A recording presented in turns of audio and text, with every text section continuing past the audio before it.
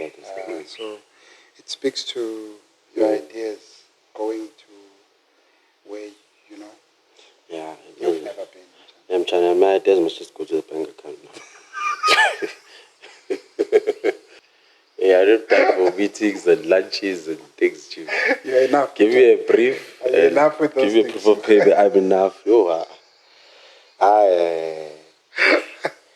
I think I've read. We must just ask for banking details. Ask banking details, and then the rest will sort itself out, Chief. Once it reflects, then we can have a meeting. Yes, Chief. Because guaranteed I'm going to deliver.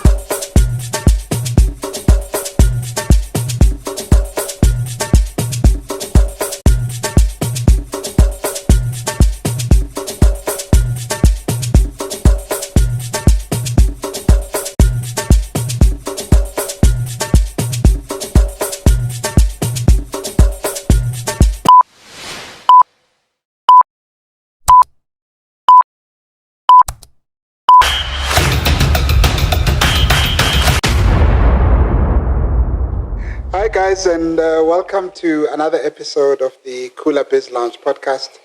My name is Bongani Mr, your host for that platform that decodes entrepreneurship and helps you in your journey. I'll say this once again. There is a formula to getting your entrepreneurship journey right. Ours is to expose you to ideas, systems, and people that will educate you, inspire you, and push you to the direction that will give you more positives and wins in your journey. I'm with my co-host today. We were quite lazy. It's quite difficult to start the show today. So we're really pursuing very chilled vibes today. We want to have a show, as a reflection of the journey that we've taken up till this point, and what it has meant to us both, what it has meant to us, individually, and just looking at how, I think you were saying earlier on, how one plan gives birth to the other. How one business gives birth to the other business. So really, guys, we're just going to reflect on the journey, look at all the positives that we have seen out of this process. And, I'm pretty sure that, we walk today with 10 episodes done. Done, yes.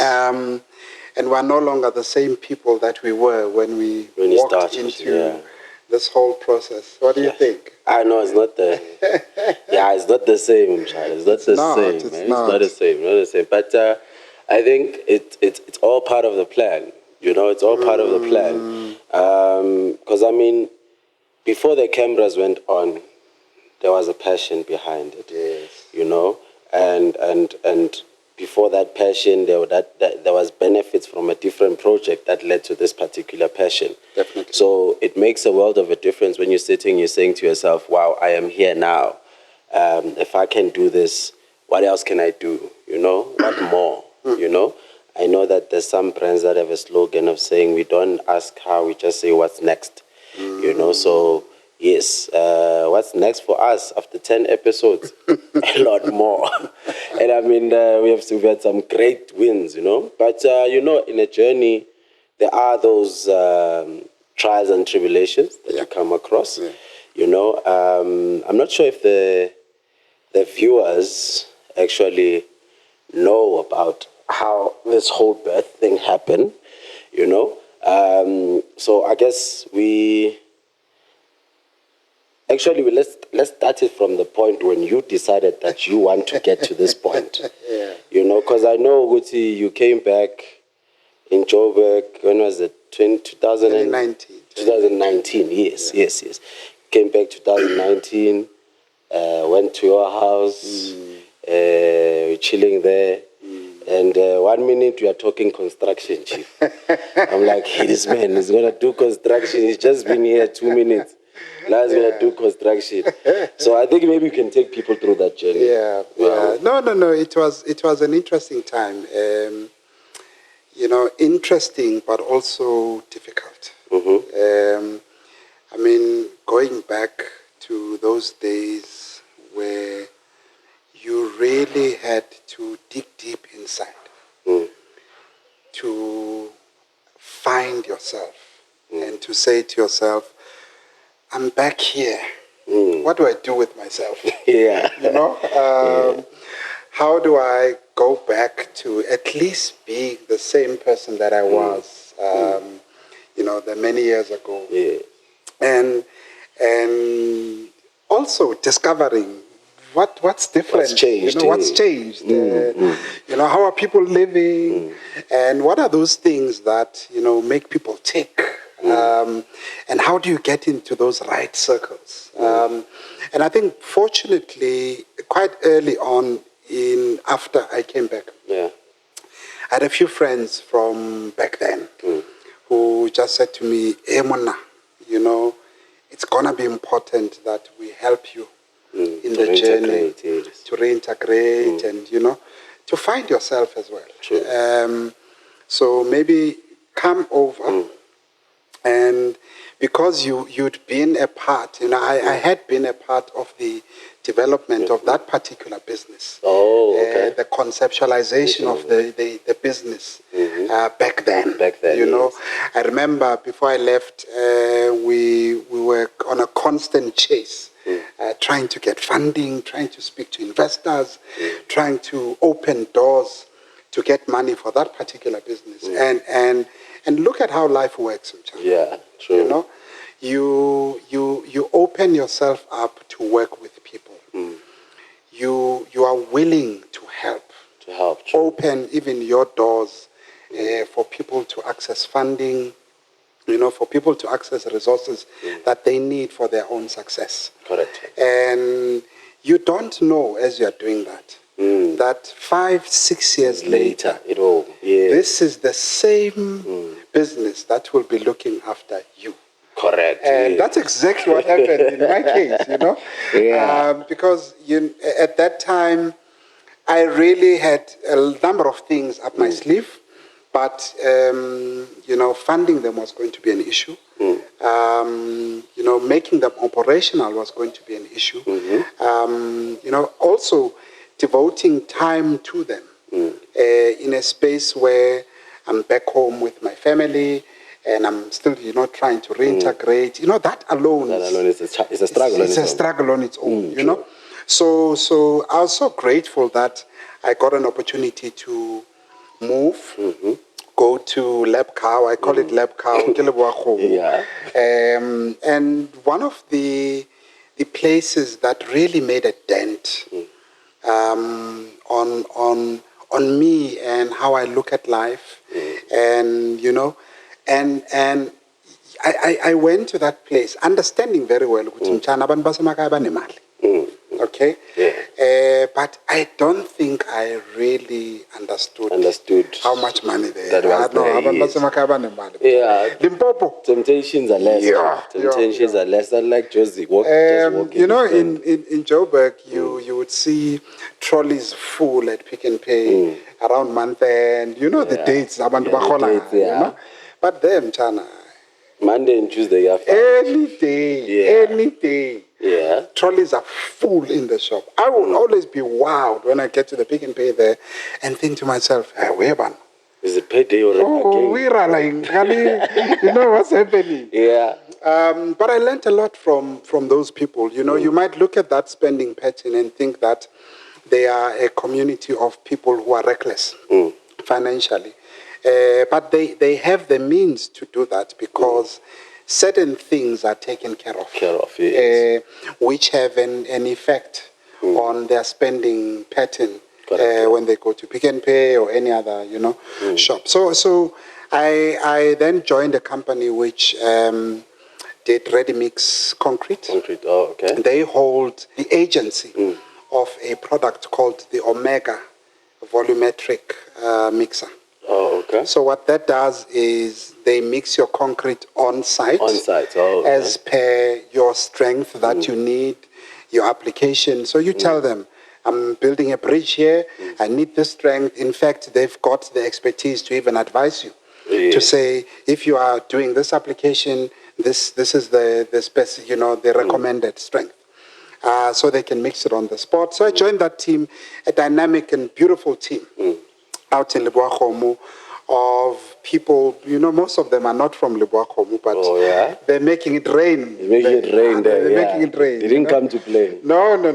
I mean, they really close ranks in that area of Leboa. They really have it, here. So it was a time which one got me back in the groove of work.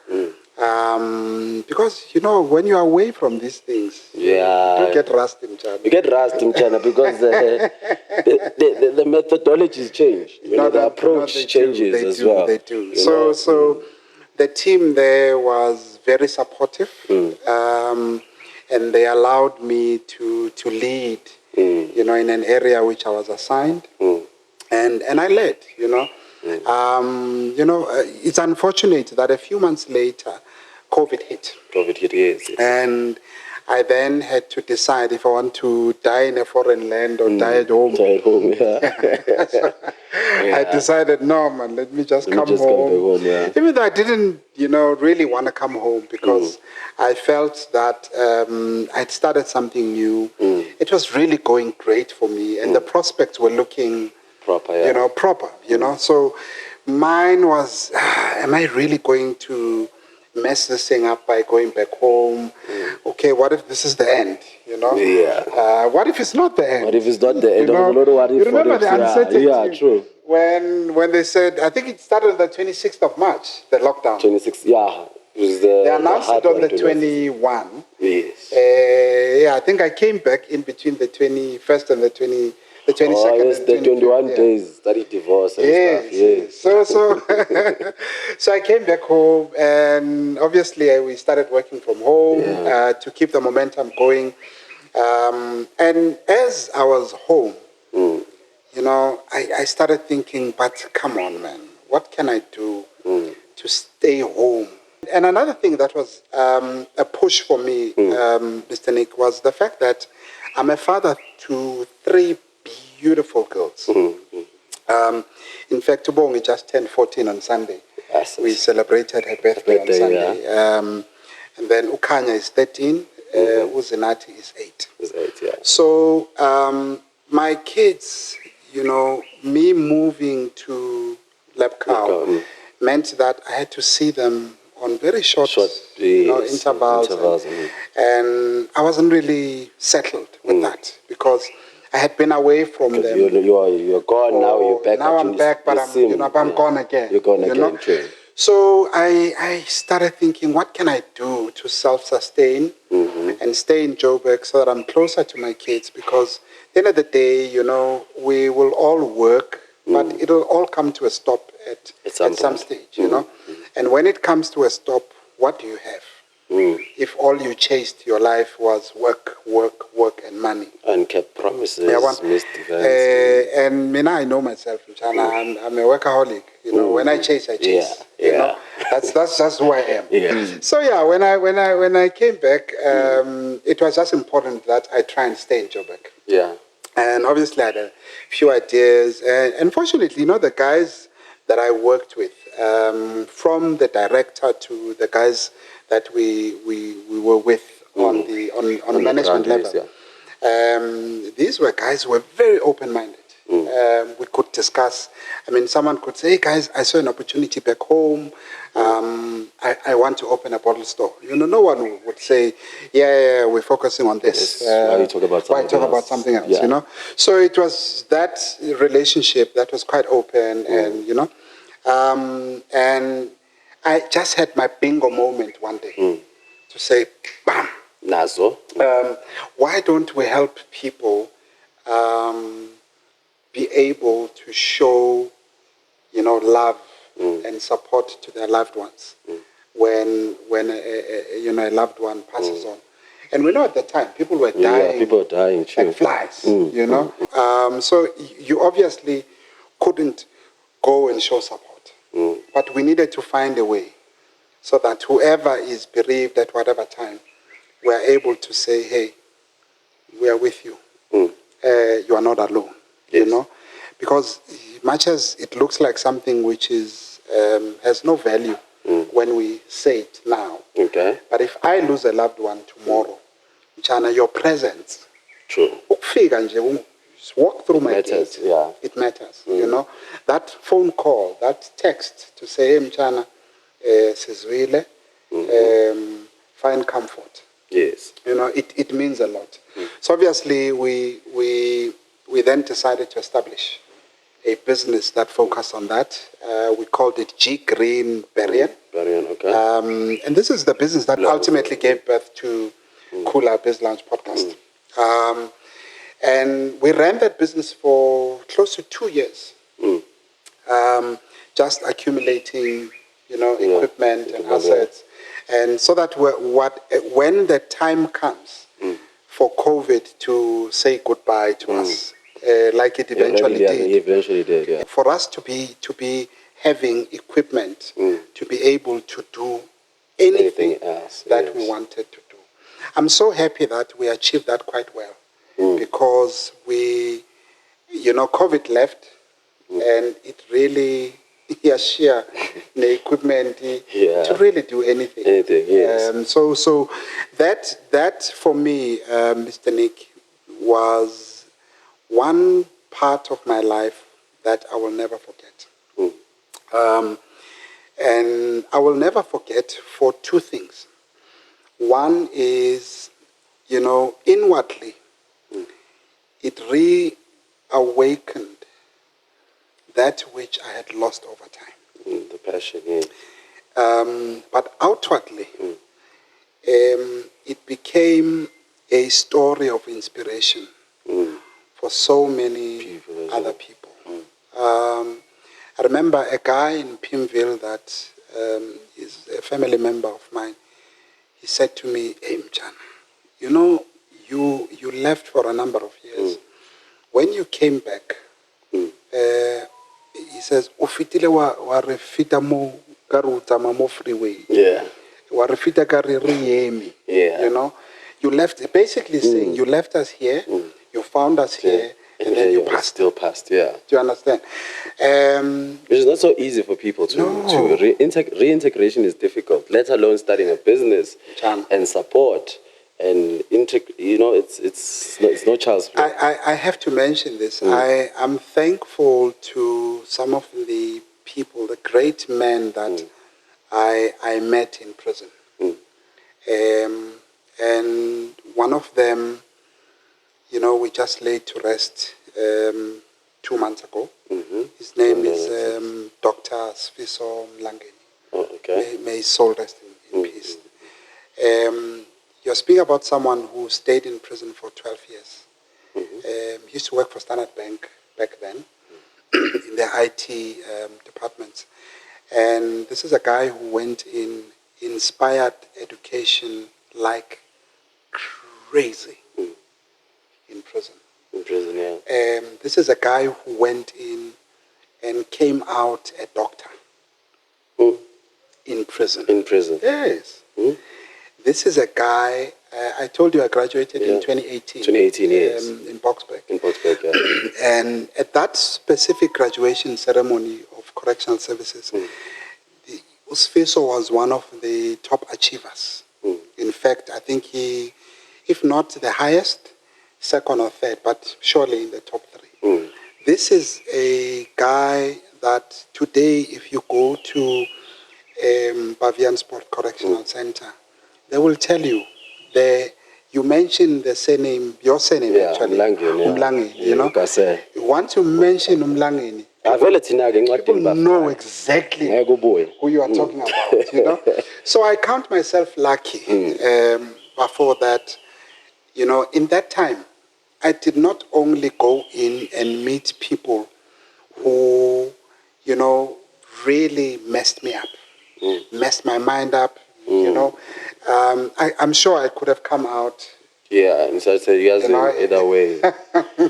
Let me just go. The system is flawed anyway. Might as well continue. But I really consider myself lucky because I met people who really made a dent on my thinking. They impacted my being, my soul, my spirit, you know. And I stayed in the education system section. Yeah. Of the prison, and there were 2 cells, the best cells in the prison, cell 1 and 2, and these are the people that I stayed with. And I can tell you now, 80% of the guys that have gone out from these 2 cells are all entrepreneurs, successful. Successful. So one of them is Temba Shabalala, who was the co-accused to Mulemo Jubu. Mulema, yes. Oh, yes. The Mini Cooper issue. Yeah, well, the Mini Cooper issue. Yeah. Temba is a successful businessman out in Soweto in White City. He's a good friend of mine, someone I look up to, someone I respect a lot. And this is, you know, the things that we don't hear a lot about. Yeah. And these are some of the things that go on to change people for the rest of their lives. And they become whoever they are going forward because of those experiences. Because at the end of the day, you're right. At the end of the day, it's correctional services done right. Yes. You know? In fact, I attended the graduation services last week. Yes, you go, yes. Here in Lokop. And I met an official. Yeah, but you can't just say here as if this place could look up. Yeah. Mara continue. Just don't throw. Are you trying to say I'm in prison? Continue. G. There's a lot of people who in prison. Mr. Multitask, continue. So I met an official I hadn't seen. Obviously, I left in 2019. I hadn't seen from that time. And this guy said, you know what, seeing you here, and after hearing of what you are doing outside, it tells of correction done right. Right, yes. So I agree with you. But one thing that, you know, continues to be with me every step of the way, and that I've learned from that journey, is always remembering my reason. Why are you doing it? Why? You know?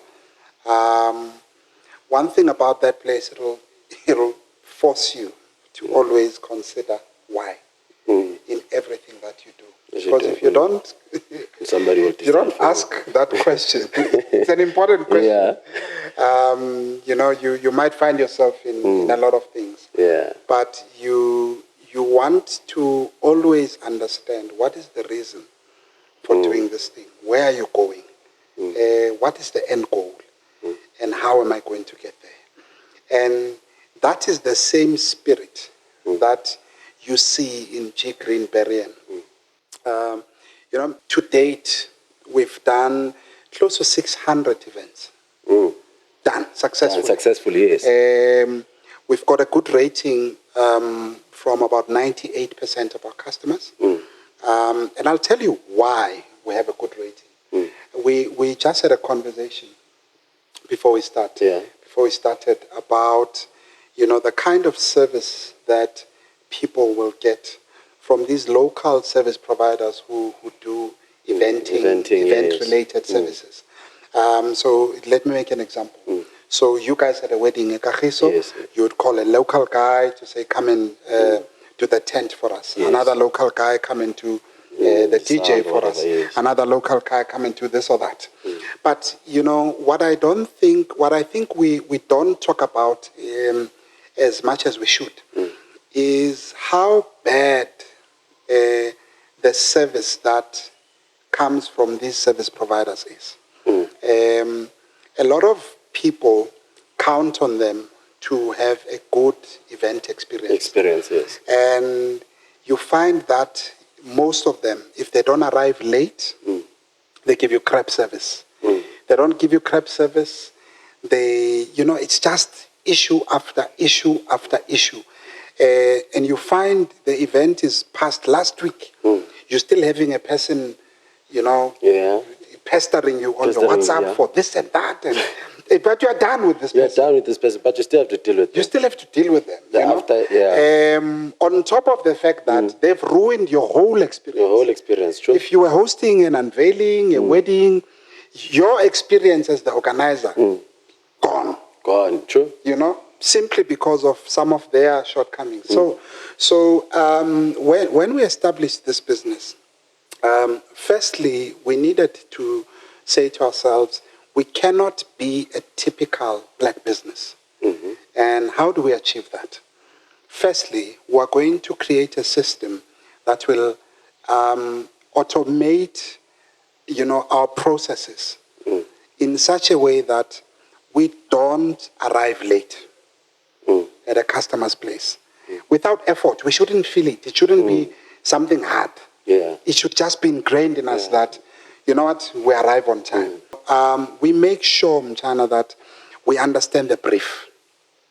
It's important.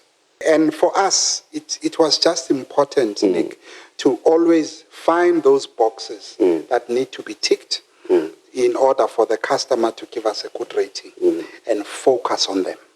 So ibhizinisi lethu focuses on customer service beyond everything. We're quite strict on even the smallest things because ultimately great institutions are built through systems.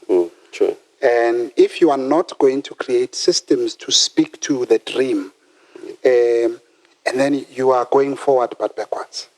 So for us, it's just been important that we create systems that leap us forward, more than backwards. True. Yeah. And I'd like to just there's two things that I'd like to address there as you were saying. Firstly, it's the typical, you don't want to be a typical black business. From a business perspective, I would understand, but from a person who's not in business, it just comes across very, very, very negative, and it's very black businesses are automatically going to be bad in terms of service. What I would like to find out from you is that, do you think that is the it's written in the wall, or are we not going to try and inspire each other instead of just being G-Green being the one that's not typically black? But is G-Green going to teach others to be the perfect customer champion in taking them along with them? But not just being an example. Look, I mean, you can sit here and say, you've done great funerals and everything.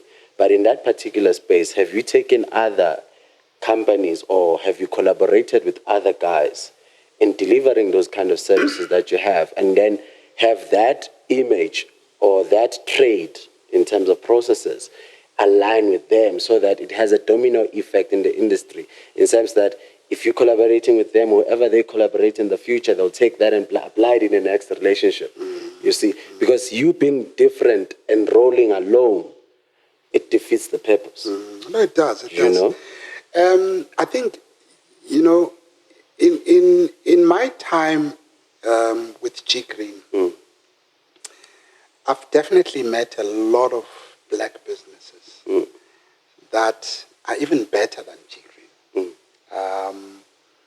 And also, I came from Leboa Khomo, and I was part of a team.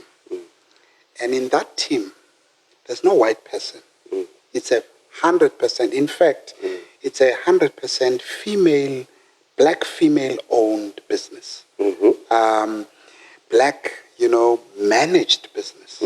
From end to end, it's black people. Black people. So the concept of good customer service from black business, it's not something that I just, I have a funnel view of it inside G-Green.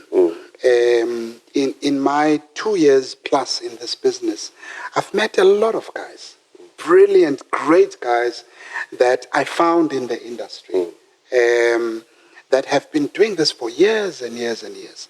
But obviously, you wouldn't, you'd count that number as less than the number of other smaller service providers who are in the same industry and just frustrating customers every week. Do you understand? Yeah. So one, it is important that, within the industry, we also create systems to be able to share best practice. Best practices, yes. And in sharing that, we are widening the pool of black business that provides good service.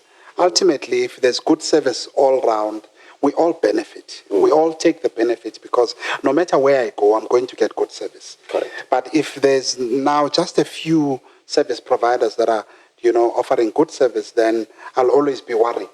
Say, I need to always follow these ones, So definitely, I've met people that have inspired me in many ways that are doing great work, and that are running, their ships or their businesses in a way that I couldn't even begin. Even if I step into those shoes tomorrow, I couldn't even begin to do half of the things that they do.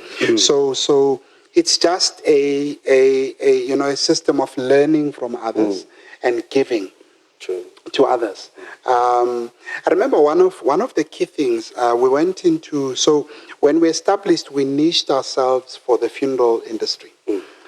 Even though we've grown to cover other events over time, but in the beginning we focused only on funeral events. Yeah.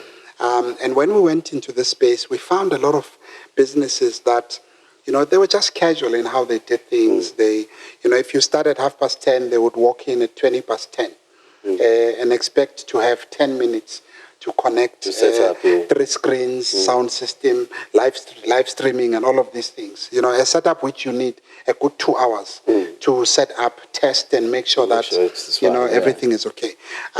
So we found people who were just operating casually, and I remember we introduced a team that was in uniform all the time. One, easy to identify, presentable and neat. And our stance on uniform was non-negotiable. Our team will tell you, if you're not in uniform, you're not going anywhere near our customer. And shortly after that, we saw a few businesses now taking the move on uniform. And we realized that we're making an impact. So sometimes you don't necessarily need to be in one room to exchange ideas or to share. But it's just in how we coexist in one space that has a way from, of transferring one, from one to the other in a way that inspires shared growth for everyone. Okay. Yeah. No, true. Totally agree on that one. And then the other point that I wanted to address, and I'm sorry if I'm digressing here, but, you speak of your time in prison and the fact that you were in the scholar camps, right? With the guys there, and the guys achieved a lot. Others walked in and came out as doctors and so forth. What does it, because remember, right now in South Africa, for the past couple of years, we've been fighting fees for all. Fees must fall, right? This is now graduates who have not dilly-dallied in anything that would land them in prison, right? But those who go to school come back with debt, right? Those who don't even qualify for debt can't go to school, right? But those who find themselves in prison can go to school and come out with degrees and no debts afterwards, right? Do you find that to be quite a bit of how can I say, an unfair or unjust system? Because automatically, you coming out of prison, your chances are that you are most prone to be an entrepreneur than to walk back into a corporate life, right? Because your chances are quite different, right? But for a South African who's just walking in and who has no criminal record or anything, they are more prone to get into corporate than entrepreneurship. That's true. Do you understand? And corporate on its own requires that you should have this education, right? Which you don't have money for, or you will not be sure to even, pay back that money. Yeah. Do you understand? And the unfairness of that, has it not been something that since you came back to say to yourself, yes, I understand that whilst I was there, to those that did not know, I was in a disadvantage. I didn't have certain benefits or anything else like that. Right? Privileges, yes, that's the word. So you didn't have certain privileges to those that did not know. But essentially, you actually had certain privileges that those outside did not have. Because if I sit here and I'm saying to myself, okay, you know what, I need to finish my MBA by next year, I don't have R500,000 to pay for an MBA. How about I go to ShopRite, steal sweets, make sure that the camera sees me, I take a toy gun, I say, hey, winner, then I get in prison. Then, Chief, I want to start my MBA on a platter. He gives me the MBA. I say, kudos, man. There we are. Yeah. 2020 or 2030, I have my MBA. Who knows, I'm talking somewhere. But you understand where I'm coming from, in a sense that to a certain degree, there is that thing. And I feel that it needs to be addressed. What's your take on that? I'd like to understand, as a beneficiary of both systems, what do you think of that one? I know the bus, you are under it now. I think it's quite unfortunate, Jana. It's unfortunate because, some people hold the view that it is unfair. But I would beg to differ. Okay. In saying that, those that feel that it is unfair may feel the unfairness because of a limited understanding of processes within prison of how to get an education. Okay? So you've just made a nice example here that you go to ShopRite. Go to ShopRite and you land yourself in prison and then boom, like my MBA on a platter. Yes. That's not really how it works. Oh, okay. Yeah, so it's very different. And how different it is exactly how it is outside. So, in prison you find people who want to pursue their own goals in education. And these are people who could have either been sentenced while they were studying. They want to use that time constructively to complete those qualifications and then obviously use them when they come out. And, some people will have the means to pay for their own education. So correctional services does not pay for any education. Okay. Especially your MBA. Anything undergrad going up, forget. There's no budget for that in correctional services. Oh, okay. I did not know. So what correctional services may pay for, if budget permits for that particular correctional center, or if that area commissioner has granted for that correctional center to provide that service, is your IET services, adult education training. And then you have an N course. And up to what, N6 or so? Up to N6, yeah. Okay. That is what is most popular in the prison system. But you've got a lot of people who are studying with different institutions. Could either be the University of South Africa or all the other universities that we have in the country. So all those people, they either study from their own pocket or they apply for NSFAS. NSFAS, okay. So no Department of Education will get you an MBA. Mchana, please. No, I'm not trying to right idea of yours. No, I'm thinking, Chief Pela Konamanju, you know. But look, sometimes in fact, when we started into our varsity, you know, it's so unfair, this thing, in a way, because I remember some of our friends had to find other relatives who were getting paid social grants, whatever, so that they can apply at INEFSAS. Because their parents, their money was above the threshold, but not enough for them to pay for the fees. So you understand that those people, they're now left in the system. They're left in the system. They can't apply for NEFSAS. Now they got to go fetch Wagopi and do that application. And then now you understand from that instance, you are now teaching them a way to beat the system. Do you think they'll still follow the queue? No. Right? Do you think they will even pay back that money in NEFSAS after you've given them so much of a hassle? Do you understand? So now their failure is their parents made enough money to not get grant, but did not make enough money for them to qualify for university and stuff. So I really think that a dialogue needs to be had in terms of NESAS and all of these things, because at the same time, me as a parent right now, I may work, I may send my kids to reasonably good school or whatsoever, but I do not control how life works. I may want to be prepared, but sometimes you are under-prepared or over-prepared, right? But at least I need to know that the government and its policies are able to help me where I need the help, are able to come in, subsidize where it needs to be subsidized, you know? Then that will make a world of a difference, because we're not raising our kids so that they have debts. Do you understand?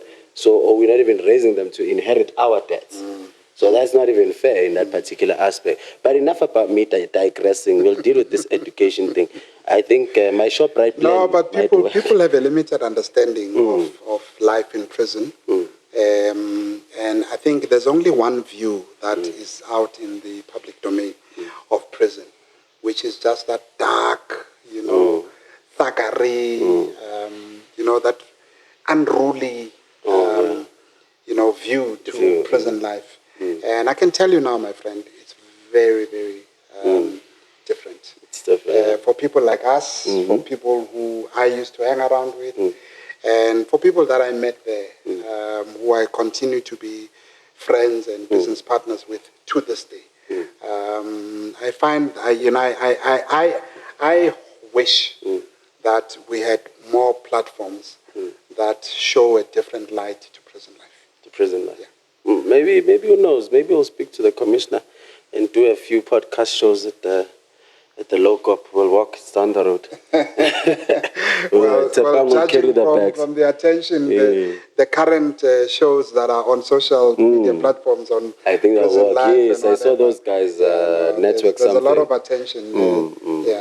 People like that content. Yeah, no, they like it, and it's, I mean it as well. It's a different kind of content. Instead of, it gives you a full view.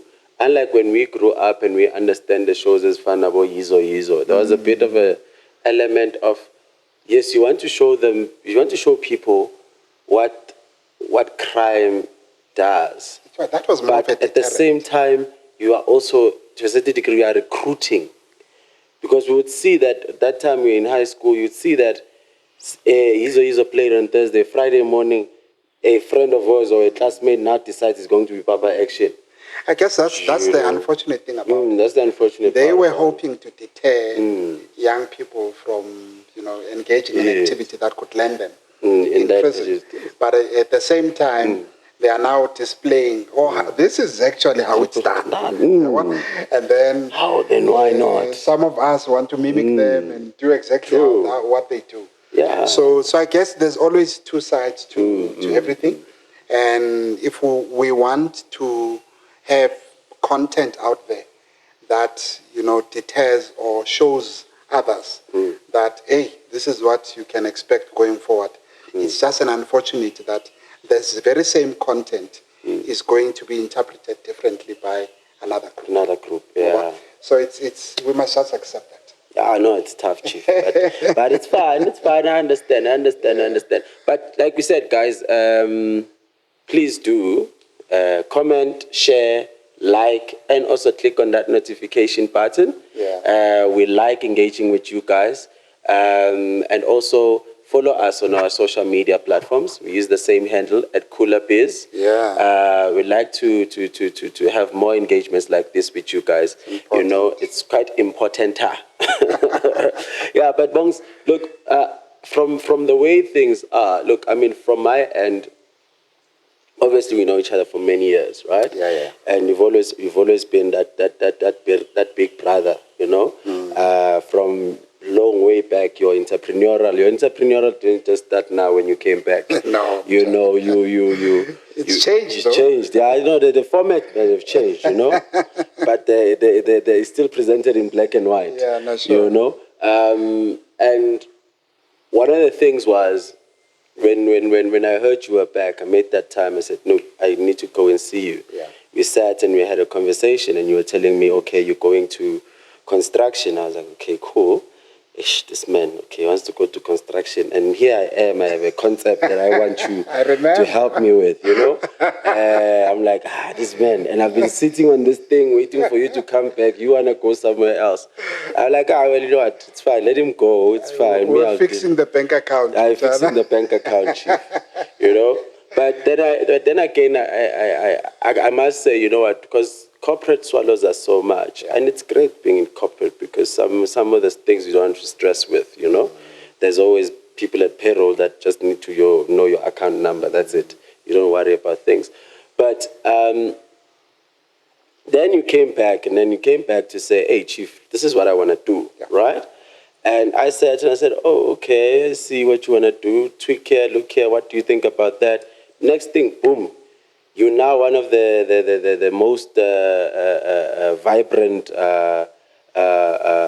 audio-visual people in the funeral space, you know? And I'm like, hey, man, next thing you're doing prominent funerals. Hey, man.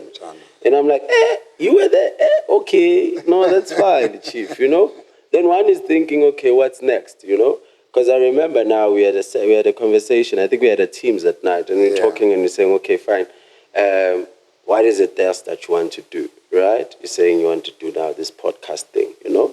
And obviously me being me, I will always give my honest opinion. Whether is it the right one or not, it's up to you and your maturity. You know, it's your maturity to decide. Now, you're saying to me you want to do this. I'm saying to you, hey, here's a checklist. Do tick 1, 2, 3, 4, 5, 6, 10 things, then go do it. You tick a few, then you say, I'll do it pambil. And I'm like, hey, this man, okay, cool. And one thing that's amazing is you go at it. The fire in you goes and says, you know, I know there's a friend of mine, shout out Tebza Bisofeng, that likes to say, you know, and I like hanging around people like that because sometimes, although you want to chill around people that are going to tell you that, yes, you can do it. Yeah. But it's also good to chill with people that say, yes, you can do it, but also tick these boxes. It's important. Let me tell you something. Sometimes you need that folk energy.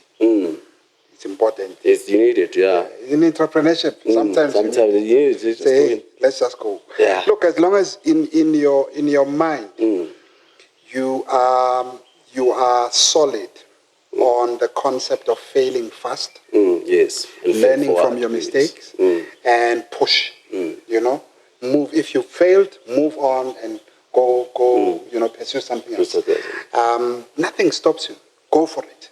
And I remember when things started, dying down in the funeral space, when COVID restrictions were being lifted. I mean, people were now able to go to funerals. Yes, and, our relevance in the industry was, slowly reducing. And I then said, I've been planning on doing this podcast. I think it's, time is opening up now. And at the time, I spoke to two of my team members. I want to make a special thank you to them. Sometimes, we don't thank people who help us leap forward enough. Because you can't get to where you want to on your own. On your own, sure. I remember the days when we were up and down with Mandom Lambo, a very talented young man who's been with us for just over a year in the Burien business. And one who's also Umshana Wami. Her name is Kilebokhile Sekonya. Very talented as well. And someone who, when she joined the team, she opened herself up to learning everything. And everything that she learned, she really delivered, beautifully. We used her a lot in the sound services space.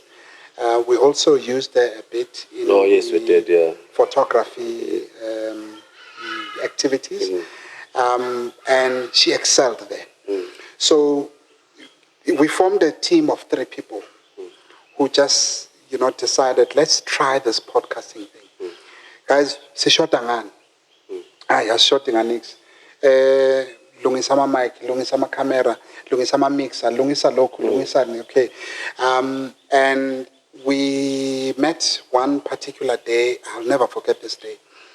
We spent the whole day in the house with cameras, lights, doing short skits of different things, trying this and that. I remember on that day, I had about 5 podcast shows that were mine, each one, 5 podcast shows. But we're just trying out this new thing that we had never done. And we couldn't really go to someone and say, teach us how to do it, And shout out to them, and, Kilebokhile Sekonya, Mandom Lambo. I really have great respect for them. And they are the people who have handed over to Tsepang. To Tsepang, yes. Who's doing a brilliant job with us. Camera shy. Camera shy. We asked him today to come and show some face here. And he said, no. It's not about that but life. in that time, Mr. Nick, we also partnered with a company called HHP Digital. This is a company here in Joburg. And these guys do audiovisual stuff, more or less what we do. But their scope of clientele is much more broader than we focus on. So, we footprint yabo. They have done work for your SABC3. They've done music videos for some of the most prominent musicians we have in the country. So you're speaking people who know what they're doing. The director is also a lady who ran the African wing of the Chinese National Broadcasters news division. And they built studios. They built, the entire thing here in Joburg. And this is the lady who headed that operation. So you speak to, about people that have a wealth of experience. We decided to partner with them, to help us develop our skills, number one. Every one of us needed to up our game. Of your game, yes. So that we were able to get this thing right. And shout out to Amanda. This is one person I can never forget. She literally took our business from this level and lifted it up to where it is today. Shout out to and this is a person who selflessly, will give us information, will tell us, buy this app, go here, meet this person, open doors for us where we never imagined we could go. And this is a person, you go to her studio, she will spend time, schooling you on what you need to do it on your own. On your own, next true. time. Teaches you how to fish. Definitely. So I've got great respect for such people, and these are the people on whose shoulders this business stands. And for me, I think it's very important that we continue, pushing the envelope. True. Because we've gotten here, just from doing that, constantly pushing the envelope, yes, true. and exploring things that we don't know, walking in the field of the unknown, and discovering. That sense of discovering is important. It's important, yes. Yeah. So the journey to establish this podcast really, was quite an interesting one, which all culminated in what we have today. What we have today, yes. And then, boom, I did 2 episodes on my own. Yes, you had to JD Group and... I had JD Group and T's Photography and Print. 2 very interesting entrepreneurs. Obviously, JD is a family business. Yeah, seasoned family business. We went in to understand those dynamics of shared success in the family. But within T's, Sepang's best episode. Yeah. He still speaks about that episode even today. To say, Mtiz is that character that is needed in the township to change the way young people think. In his physique, in his expression, he's able to reach the younger generation as well. Yes, more than we can. Yes. For us, for Tsepang to listen to me, like this one. But from T's T's spent 2 hours with Tsepang, 3 hours with Tsepang, and he made an impact which still, he speaks about. More relatability with him. No, definitely. So that was surely a great time to discover self. Because starting this journey, you don't know. You don't know. And you don't know what you don't know. That's even worse. You don't know what you don't know. That's true. And it was just a time where every second you are discovering, you are learning. Every second you are learning. The only thing that was important to me was that, if I discover a lesson, I should not go back. I'm going forward. So if I discover something that I could not have done correctly, or that anyone in the team could not have done to the T, ours is to make sure that the next time we correct it and we move forward. So that time was a time that will stay with me for a long time. Yeah, because me, I just saw, hey, man, okay. It was quite sudden. A lot of people didn't even think. Episode 1, okay, this one is not playing around this way. Mchana, I opened, your answer to your question earlier, I opened my answer with this thing, Yoguti. You need that folk energy. Yeah. I just came to a time where I said, what, I've been thinking about this for too long, I've been contemplating. Let me just do it. It's enough. I'm just doing it. So even today, I try and tell people, entrepreneurs in my space, start. Let's not have a sentence. I'll just give you a word. Start. What that word means to you, I don't know. You don't know. Me, I will tell you. You want to do something? Just don't use long paragraphs. Just start. And I remember when I started speaking to you, you were saying to me, but how can you start? And this box is not ticked. This box is not ticked. This one is not ticked. And my response to you was, Mchana, things take shape in motion. I remember. Things take shape in motion. Because if you're going to wait for you to have R1 million before you start, that you have problems in China. That's not going to happen. It's documentally, because there's just a power that lies in starting. I used to work with a guy called Ali Sitole at a company called Dinako Management Consultants. It's a black-owned company by Victor, I forgot his surname, but phenomenal guy who did amazing work with the Department of Education. And Ali always used to say, you know, Mzobe, I can see a lot of your strengths, but Mchana, I admire isibindi sakho. You've got courage. In the black. In the black. Yeah. When people say, yeah, no, I'm unsure, you know, when we are ngena, Yeah, you know. so And Minamtana, that has been I think my strongest character trait. The fact that angsabi, even though ngiyasaba, but you will never see it. I go in. And for me, that has helped me succeed and equally fail. True.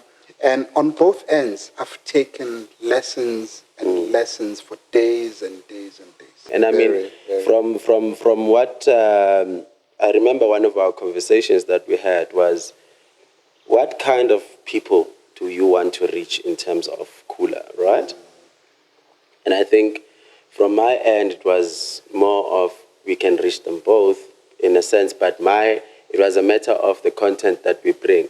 And we both bring different approaches, yes, right? Definitely. And which caters for some, and I cater for some, and we make them sit in one room and watch, which is quite great because, I mean, we've had different kind of people and entrepreneurs. If you look at, we had Ulontuzan, Utulu, yes, then we had Ulungi, you know. Utulu is a comedian, yeah, right? Utulu is a comedian. Ulungi is very outspoken, yeah, right? She's not really a comedian, but she's very outspoken, and she can identify topics that the community will relate in, yes, and she pushes that. So I understand that at face value, they may look alike and utilizing the same platform, which is the TikTok and whatnot, yeah, but when you look at the content and the person, how they're delivering it, that's where the differentiation part is. Yes. But because the mandate is the same, or the end goal is the same, they're able to sit in the same room and watch. For me, you know, it's just that thing about these episodes, that each episode, you know, touches you in a different way. In a different way, sure. Makes an impact in a different way, either in your life and how you look at things. And one thing that I'll agree with Gulendo Ikulma is that, you know, having, you know, both people who come with your approach and people who come with my approach have not only helped one group in entrepreneurs, but has spread, yes, you know, the ideas that we seek to push on this platform across the board. And I really think that is a good approach to doing it. Yes. And hopefully, as we move forward, you know, we've done 10 episodes, man. Yeah, we've done 10 episodes. And by the way, 10. Guys, to show you could see, this thing is it's not as easy as one would think. There's certain some decisions that we make. Yeah. I can tell you now with him, if we look at Tulu's episode, if you guys didn't know, that was the second time. The first shoot we had, that was like the best ever go Tulu, ne? Unfortunately, production-wise, things didn't go as planned. Yeah. You know? Yeah. So we had to call her for the second time to have that shoot, you know? And to get the same person the same way, we're like, let's change the script once. You know what, guys? Actually, we need to give a shout out to Tsulu. Yeah. Of all our guests, she was called for a reshoot. Yeah. And she really brought it. She really brought it. Although some frustrated, but and that's why we want to value these kind of things. And I mean. Then we walked into the space, Saga Lungi. Lungi, yeah, she's Soweto, man. She's Soweto Sekil. So very, very, very touchy waters. But she's a house on fire, that one. No, definitely. She's a house on fire, doing quite great things. But she's onto something. Yeah, no. She's very much onto something. Yeah. And in a content Galungi, what I like about it is that there is forever an educational element about it. Oh, yes. Whatever she puts out, there's nothing that you can, look at through the educational lens and not find something that fits there. So, big up to Ulungi, because I know that she also makes an effort to tap into the thinking of young kids, young people, and young children. I mean, you're 8 years, 9 years, 10 years, who are starting to form ideas of life and how things work. And Ulungi, that's the target that she wants to play in. Because I mean, she wants to be part of the journey. As they grow up. Definitely. I mean, Tina, even today, we still remember who Velaphi, even though he passed away many years ago. But because he was our childhood comedian, and Somizi's dad, it remains as an imprint. It remains as an imprint, sometimes you sit and you might be very angry at Somizi, but when you think about him and his dad used to make us laugh, you're like, I'm glad this was. Somizi makes you angry now. Yeah. You go on YouTube, you watch his dad. You're like, I understand, you continue, it's fine. It's not a problem. And I mean, again, and then again, we move to Tepo, Sobe. Yeah. Yes. Yeah. What a powerhouse, man. I'm trying to know she's bombed that one. Yeah, she's bombed. No, Tepo is something else. I remember when we did that interview, there's a few guests as you interview, as you conduct an interview, who will, this is guest thinking, that I'm just going to be on the receiving end, and mine is to just answer. Absolutely. But it was just an interesting exchange with Tepo. Such an interesting exchange. I was vibrant in China. It just kept, even though we had side jokes, but I know, she's a house on fire. In fact, I think, going back to the Tsulu episode, we guys, we're going to sell you that first shoot. Even if we do an audio podcast. Yeah, we put it on audio podcast. Yeah, no, we will do it as an audio, because that content was wild. It was great. But these side jokes that we have on set. On set, yeah. And those things are valuable, eh? If we were to ever publish those. We will need people to sign off certain things. But a sequel up, I mean, and then we had Tandeka. Yes. Yeah, no. Chief, she's a mega one as well. I know. Mega. Tandega is not here to play. Chief. No. Tandega is a house on fire. She's a corporate guru, man. Look, guys, if you can be in the same room with a person who is constantly taking awards, wherever she goes, she's just taking. You posted something on Facebook this morning. Oh, yes. About the company you keep. Yes. If people are complaining, that means you are a complainer as well. You are a complainer. But if you are around Tandegas in China, you are a Tandega yourself. You're a Tandega yourself. Tandega is that person that you want to, stay in her company because she doesn't only inspires you through what she does, what you read about on articles and stuff, but she's just a humble person. So much so that she's reachable. You can literally ask her. She's present. Anything. You can ask her anything and she'll give you a genuine response without really, atate ubutandega. So that surely was one episode, but I remember on that day I was exhausted. Yeah, no, China. Carrying the country. I was exhausted. I think that week. Yeah, it was gigs on gigs. Yeah, it was just a hectic week. But I want to find out from you, man. I mean, you joined us episode 3. And I remember I just sent you a text. Oh, yeah. Guys, there's very few people who start new roles in life from text. Yeah, because I remember that you sent me a text like, Chief, would you consider doing a podcast? I'm like, and the nicer part, I think the opportunity there was that I had just recently detached myself from other responsibilities. Yeah. So there was time available now to say, hey, you know what? Let's not have this time idling. Yeah. You know, let's come in and see what we can do.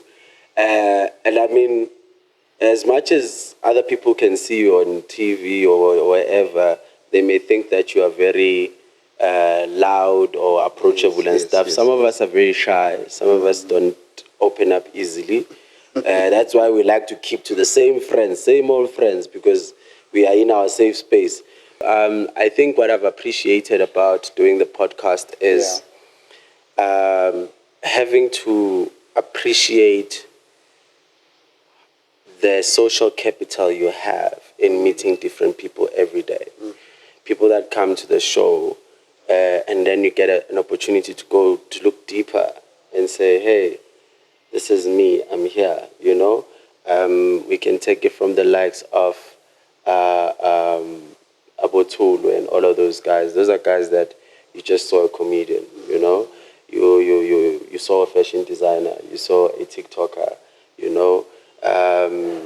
Those you were there, but when they were here, then you didn't understand the things, the trial and tribulations for them to get here, what inspired them. And every time when one is finished doing the podcast on that day, I haven't had an episode where I don't go, wow, I didn't know that. It's impossible. You know, I mean, if we sit and we look at, if we sit and look at Mapula, you know, I didn't know Mapula was a farmer / studied what. And I'm like, okay. I didn't know that Innovation Hub had satellite offices, you know. And even worse, I didn't even know there was ones in Soweto. You see how bad things are. And then to discover those kind of things. And you're sitting with the likes of Dobie. When you're sitting with Dobie, you say, okay, me, Dobie, I know him as we friends and school and stuff. And then you're sitting like, hey, Chief, I want us to talk about about entrepreneur in the business. Then he comes in and says, hey, Chief, just like that, Chief, I also have a company that's making 12 billion rand. Jeez. And I'm like, okay, Chief, I don't know whether should I change the topic now, because now I know you're a corporate. I remember that moment when we asked each other, okay, should we change the topic a bit, change the theme? And he was like, no, let's speak on it. And I'm like, hey, Chief, this man, this Shangan man is being a problem in my life, you know? And one cannot sit and not look at the influence and the confidence that McDuke has. You know, McDuke is McDuke, I could say that in McDuke I see a bit of yourself, or maybe also myself, but more of yourself there.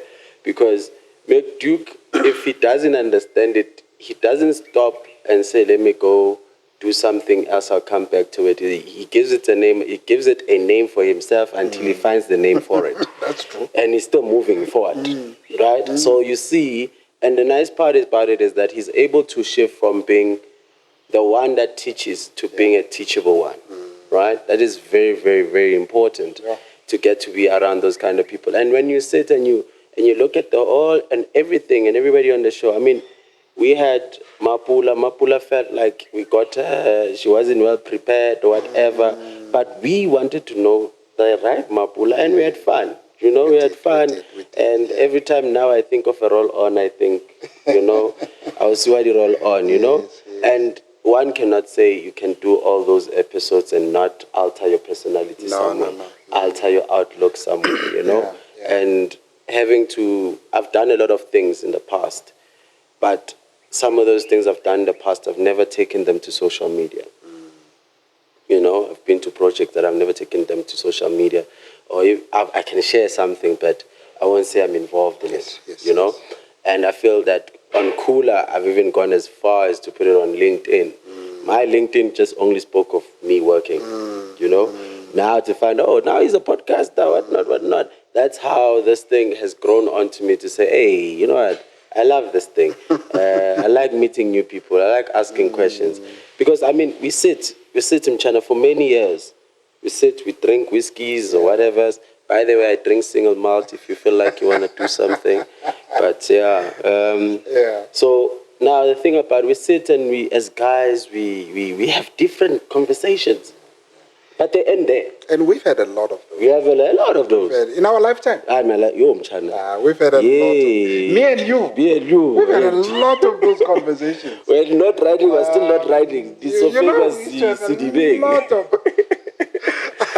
and I remember, you know, what you're saying is so important. The fact that they would just remain there as just conversations over drinks. Chief. After that, you get in your car, I get in my car. Done. We go home. But now, we have an opportunity to turn those conversations into impactful ideas that can go out there and shape, if, you know, first they will start shaping us, and then shape all the people that get to come in contact with our content, you know, with the content that we put out. And so much of what we do, Mr. Nick, you know, we could not have achieved without other people believing in us, believing in the concept, you know, that we put on the table, and believing in this podcast. And there's a lot of people, but I just want to single out the venue owners where we have hosted different episodes. Yes. These are people who've made sure that we have a place to host our guests. We also have a safe place, you know, to work with our equipment. We know that this type of equipment is in high demand, you know, and people get killed for this equipment. And safety is among the most important things that we look at. So I don't think we would be doing justice, my brother. Yeah, no, definitely. You know, if we are not thanking the guys at the Sofeng. Yes, the Sofeng, Tebogo and your thanks team. A mil, man. Yeah, no, they are just awesome. Wonderful. Yeah. Shout out to you guys. We also had a lovely time at 250. Or 250 on Cedar. Yeah. 4 ways. Yeah. Guys, you must go check out that place. Too nice. Yeah, awesome. Thank you, Tepo, man. We appreciate. Yeah. You've been a home away from home, man. Yeah, and we like you always availing us the opportunity there, Chief. We appreciate you, man. Yeah. We appreciate you, man. It a lot. All right. Chana, we can't leave out Ausbusi. Oh, yes, Ausbusi. Oh, yeah. We can't leave out Ausbusi. Yeah, no. Guys, Ausbusi hosted us for McJukes. Yeah. Episode 5. Episode 5, yeah. Episode 5 or 6? I think it's 6. Yeah, it's 6. 5 is Lungi. Yeah, 5 is Lungi. Yeah, she hosted us, opened up her home out in Kempton Park, and we were able to deliver, you know, beautiful content for you guys. All thanks to Ausbusi. May God bless you, my sister. Thank you. And I mean, also for Lungi, we had Mtees Studios. Mtees Studios, yeah. Yes, Mtees Studios. I know. The Chief, thank you, man. We appreciate you. So guys, if you are in the Johannesburg area, it's episode 2. We did a guy called Mtees, and this guy has a studio fully equipped out in Soweto, Goma Betla. Safe as well. So use those facilities. They are there. If you've got a young person in the family, or if you are a young person, you know, you want to create content, you want to take the professional route to, you know, developing content, use Mtees. He's also running an internet cafe that's at the same premises. So let's shower him with support. Yeah, no, definitely. Yeah. And one last person I would like to thank for the venue, I'd like to thank my daughter, Minky, the owner of the house. It's not easy to see cameras and not be part of them. So, yeah, we thank her for that. She keeps us on time. The princess. And by the way, she always makes sure when she comes here, the first place she goes, she wants the mic. Yeah, give her the mic. So who knows? She might have a podcast sometime. Yeah, or maybe she's a musician or something to do with the mic. It's a nightmare and a half. But yeah, we definitely appreciate, guys. And I mean, if we look at what we've done and we look at what is to come, I can assure you that it's all great things, the people and the guests that we have lined up, I think we have guests lined up until February next year, Actually, there's already a problem with some guests wanting other guest dates. Hey, Chief, can we not do this? People are moving, queues moving, everything. Yeah. And we like, one thing that I like about that, apart from anything else, guys, when somebody has a guest coming over, you will learn to appreciate their time, the time that they give, their effort to be here. Yes. And we honestly appreciate it. And we do. We've never had a guest that said, hey, Chief, I'm leaving now, hurry up quick. Our guests are here, we have fun, we talk. They're relaxed, They're relaxed. And I guess one thing that we want to achieve with this is that we want people to realize that everybody is well deserved to be here. Yeah. Everybody belongs here. It's everyone's platform too. Everyone has something to give. True. To this platform, and no matter how knowledgeable you are, no matter how skilled you are, you've got something that you can share with us, and it will make an impact on someone. And even if it's one person, it's enough. Because ours is to increase your volume, increase your voice. You may be sitting with great ideas, but maybe the people that you're sitting next to are not understanding you well. We're not saying that us here being in the show, we understand everything. No. But definitely sure there's somebody watching the show and says that I know more about that. Let's tap on that or whatever else like that. So yeah, but definitely sure, guys, the next coming episodes will amplify whatever amount of fire we've put thus far. Yeah. And be sure to keep on subscribing and sharing, guys. And one of the things that I'd like the most is whenever watching our show, guys, just click on that subscribe button. Guys, thank you so much for being with us today. It has been an absolute pleasure to go back on the journey and reflect on things that have meant so many things to the both of us. My hope is that, going forward, we not only become a voice of change, especially in entrepreneurship, but we also become, the generation that will change the norm in this country. Definitely sure. It always gives me sleepless nights when I think about how this is our country as Africans. And I'm intentionally saying Africans and not saying South Africans. Africans. As Africans. True. Yet we remain spectators of economic activity happening right in front of our eyes. It troubles me. Think about it. We'll definitely talk about it in episodes to come. For today, siyabonga for joining us, and goodbye. Yeah. Bye-bye. Thanks, guys. All right, cheers, guys. And have fun, man.